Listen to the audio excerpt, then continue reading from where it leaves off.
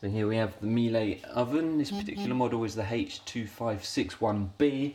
We're just going to have a quick go at changing the light bulb. These are the bulbs I have.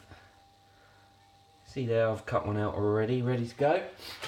Quite simple. You see the housing at the top here. It looks like a bulb, it's not, it's just the cover. Give it a simple quarter turn. Pop straight off. Simple as that. New bulb. Ideally with halogen bulbs you don't particularly want to be touching them with greasy fingers, as it will affect their durability. They probably won't last as long if you get greasy fingers on them. So here we are. Bulb ready to go in a piece of tissue so I don't touch it. I've already taken the old bulb out. It's quite simple. Clip straight into the slot.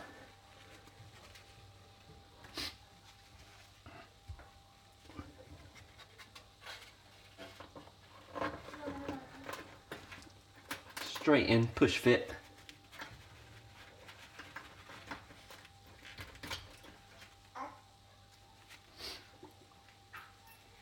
Put the house in, line it up.